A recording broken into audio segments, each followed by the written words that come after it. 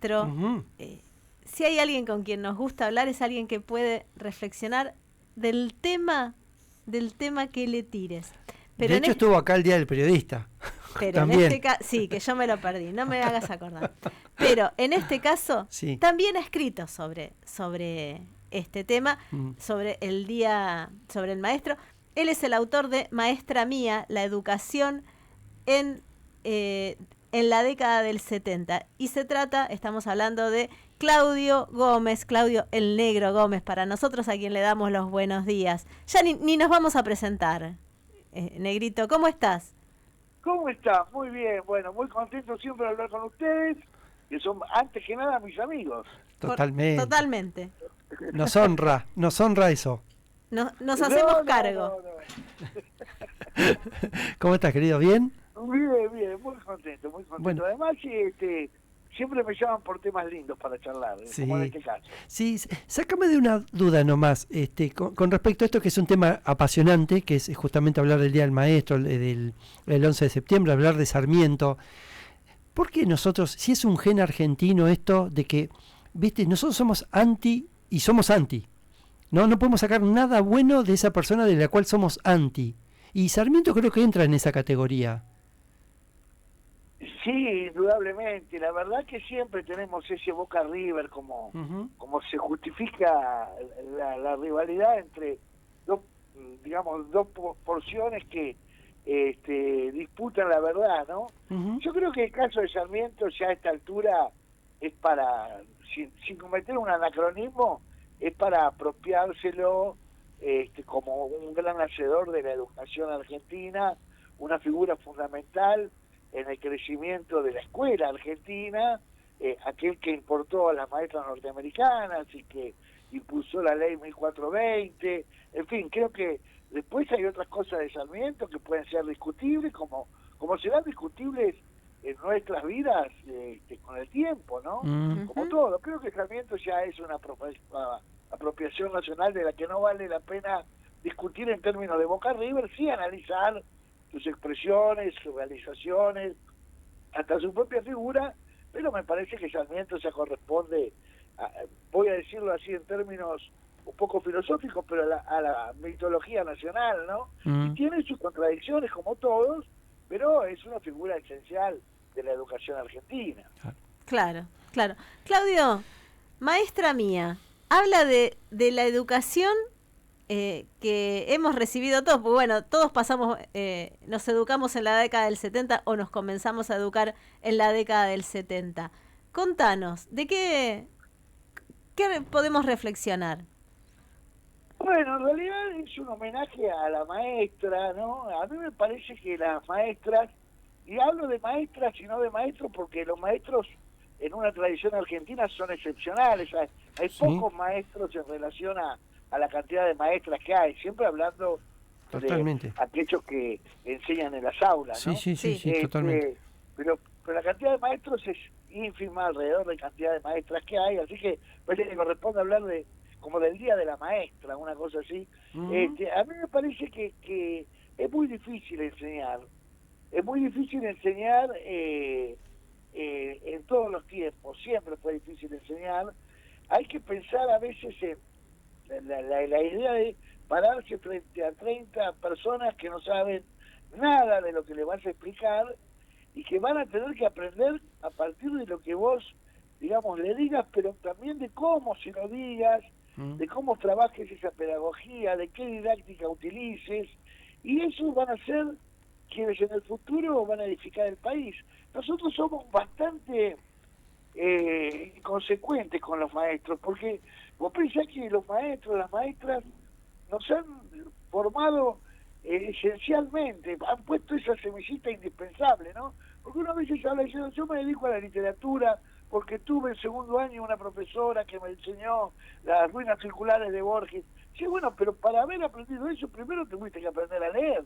Y ahí hay una actriz fundamental, que es la maestra, ¿no es cierto? Mm. ujú, Entonces me parece que siempre se olvida eso, como si fuera un trámite, digamos, normal, común, que tiene que ocurrir, y cuando es fundamental, es esencial en la formación de las personas, la maestra. Y a veces buena parte de lo que somos se lo debemos a las maestras, para lo bueno y a veces también para lo malo, porque tenés que tener la suerte de que te toque una maestra con la que vos sentís mucha empatía, y eso probablemente fije las relaciones con la educación para toda tu vida, ¿no? Claro. Y yo la tuve. Por eso el libro Maestra Mía es un homenaje a la maestra en la década del 70, cuando me parece que todavía estaba esa relación de mucho respeto hacia la maestra, que también debe existir probablemente, pero bueno, yo ya dejé la escuela primaria hace mucho, pero en aquel momento, digamos, lo que decía la maestra de la palabra santa. Totalmente. Yo cuento en esa historia,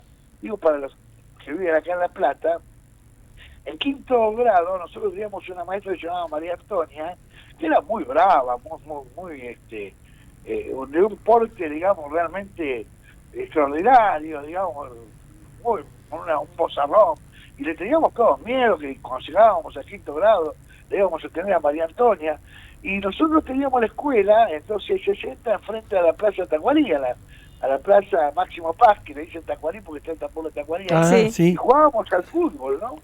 Y cuando cruzaba María Antonia por el medio de la cancha, dejábamos de jugar porque era un respeto absoluto.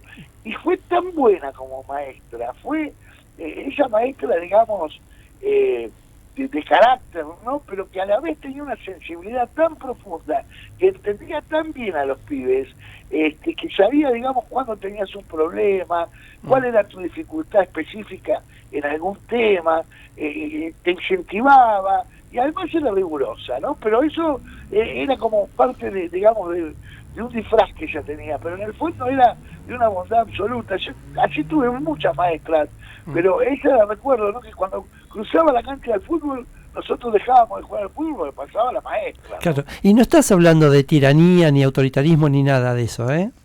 En absoluto, no, ese rigor disciplinario, digamos, bueno, cada uno sentado, calladito, escuchando, bueno, la lección de historia, o de matemática, o de lengua, de lo que fuere, pero además había un sitio, un lugar, donde, porque también las escuelas se correspondían más con el barrio, ¿no? Donde la maestra sabía algunos de tus secretos, ¿viste? Sabía cómo era tu economía familiar, cómo estaba constituida tu familia, conocía quiénes eran tus hermanos, quiénes eran tus amigos. Entonces tenía una capacidad de intervención sobre tu vida que era realmente maravillosa, mágica, ¿no? Claro, era asistente social, era todo. Era todo, pero viste que a veces saber distinguir cuál es el problema específico de cada estudiante es casi imposible, porque hoy el tiempo no nos alcanza para eso. Pero en este caso la maestra, yo creo que la maestra aún hoy tiene ese don maravilloso de detectar cuál es el problema que estás viviendo, ¿no? Y de hecho son fundamentales para la estructura social, porque hoy vos llamás a un servicio público, te atiende una máquina que se quiere pedir tal cosa, marque 5, si quiere reclamar, marque 6. Vos a la escuela vas, golpeas la puerta y la maestra te atiende, y te atiende personalmente, y te pregunta qué problema tenés. O sea, eso es maravilloso, ¿no? Claro, totalmente. ¿Te acordás de todas tus maestras?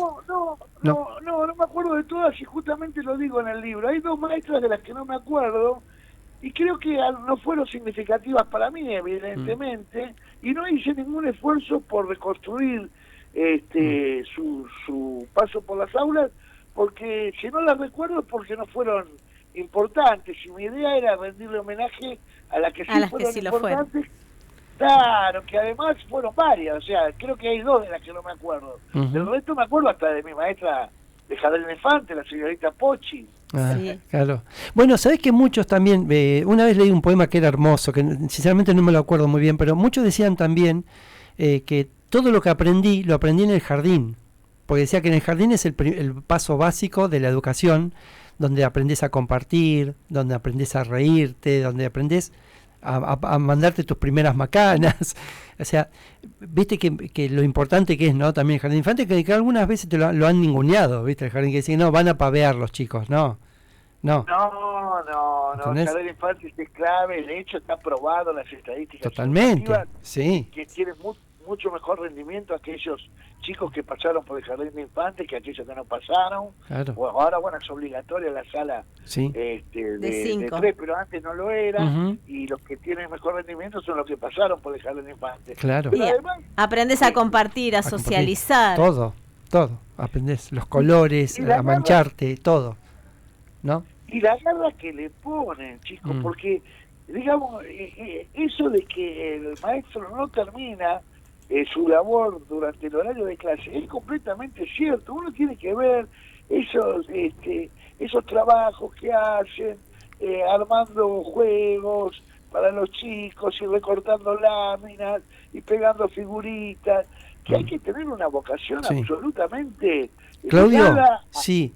Sí. Hablando de esto, yo en serio, no conozco uno o una. No conozco que no haya puesto plata de su bolsillo, sea privado, estatal, del barrio, donde sea, que no haya puesto plata para hacer una tarea en el colegio o en la escuela. Para fotocopias, No conozco uno que no lo haya puesto. Completamente, es Fíjate. completamente así. Háblame de amor, Eh, háblame de amor, por si no es eso, eso. Por eso, y además, pensar, Daniel, que está frente a 30, a veces más, pibes y pibas, digamos, que están esperando que vos, digamos, te entregues a ellos, ¿no? Sí. Yo, que soy docente universitario, muchas veces digo, hoy no tengo ganas de dar clase, hoy no sé de qué voy a hablar, hoy me siento molesto porque los pibes prenden el celular. Bueno, vos imaginate que eso ocurre con gente de 20 años para arriba, imagínate lo que debe ser atender a pibes y pibas de 3 años. Sí, Tienes que tener una vocación totalmente. absoluta, es decir, y todos los días ir a enfrentar un nuevo desafío. Claro. Además, dicho sea de paso, en las condiciones en las que vivimos, Claro. que no son sencillas, ¿no? Porque no estás hablando de una sociedad homogénea donde cada pibe almorzó o desayunó o tiene los útiles que vos les pedís o pueden adquirir los libros que le van solicitando. No, hay una heterogeneidad muy compleja y el docente tiene que atenderlos a todos y todos tienen que aprender. Claro. La pucha. Qué difícil, Claudio, debe ser enseñar a pibes y pibas que vienen con hambre, ¿no? Y bueno, pero pensémoslo en términos, digamos, de cualquier otra forma de rendimiento humana. Imagínate un director técnico que tuviera que entrenar jugadores que no comieron. Digamos, la fragilidad, la debilidad de ese jugador, no solamente en términos, digamos, orgánicos, sino también en términos psicológicos, sociales, culturales, es absoluta. Y vos en el jardín de infantes le tenés que enseñar y además lo tenés que contener y si podés darle de comer. Es una vocación. Yo creo que nosotros no hemos sido justos con los maestros, no como sociedad no hemos sabido reconocerlos en términos de todo lo que han hecho por nosotros, ¿no? Tal Es cual. increíble, sí. Hasta en la sutileza cuando una vez un chico me contaba que tuvo una necesidad que le planteó a la maestra, suponete que tenían que llevar, no sé, una lapicera, ¿no? Y él le dice, no, mire, yo no tengo para comprar una lapicera para traer para mañana. Y ella dijo, bueno, no te preocupes, y al otro día ella llevó lapiceras para todos, para no ponerlo en evidencia, ¿entendés? Dijo, Claro. mira, acá les traigo una lapicera, chicos, un regalito para cada uno, para no poner en evidencia a ese alumno, decir, mira, acá te compré una lapicera, no.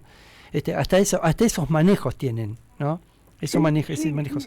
Y ni siquiera podemos quedarnos en ese estadio de la bondad que además está comprobada, porque como decías vos, Daniel, todos podemos contar historias de nuestras o de algún amigo, digamos, que fue ayudado por una maestra, pero además de eso te enseñan. Yo eso es lo que a veces creo que produce una injusticia de reconocimiento, porque la gente dice, bueno, yo aprendí a tocar la guitarra porque un tío mío tocaba así, sí, pero para aprender a leer un pentagrama hubo una maestra de música que te enseñó, digamos, a entender los primeros acordes, a conocer la música, es decir, hubo alguien que germinó, o digamos, que hizo germinar esa vocación en vos, y esa gente está olvidada. Totalmente. Son fundamentales. Sí. Y vos fíjate que la palabra maestro o maestra viene de magíster, ¿no? Digamos, que es el que más sabe. O sea, los maestros en la historia de la humanidad han sido tan fundamentales que esa responsabilidad de enseñar siempre se les ha dado a los que más saben. Y no es solamente el saber enciclopédico, es el saber también humano, ¿no? De cómo tratar a esas generaciones que están formando, porque son las que van a construir una sociedad el día de mañana. No es que tenés en mano, digamos, un dinero que lo vas a invertir en plazo fijo. No, acá vas a invertir en las generaciones que van a formar una sociedad el día de mañana. Es realmente un compromiso enorme, ¿no? Totalmente. Seguro, seguro. Claudio, un día de estos venís acá y charlamos de lo que vos quieras. Así Cuando te lo digo. Me inviten, iré presto para allá porque además voy a llevar facturas y algún cafecito. Con mucho gusto, con mucho gusto. Serás bienvenido si golpeás con los pies o si golpeás con las manos, no importa. Gracias, Vivi, muchas gracias. No, querida vos. Te mandamos un abrazo. Un abrazo enorme y feliz día del maestro y de la maestra para todos los que nos están escuchando. Totalmente de acuerdo. Un placer, Clau. Un abrazo. Fue Claudio Gómez, él es periodista, escritor, docente, a quien también le deseamos un muy buen día. Autor de Maestra Mía, la educación en la década de los 70.